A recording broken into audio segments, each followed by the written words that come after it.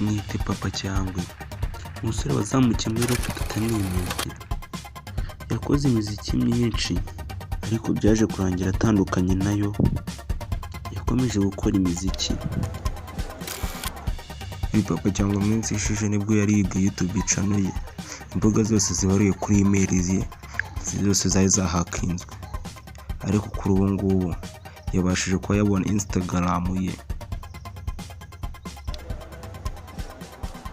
Gute uyu Papa Cyangwe yasize hanze indirimbo siba iminsi itarenze 10, YouTube channel ye igahita isibwa, reka afite subscribe 112, reka ngafite icyizere yuko azayibona.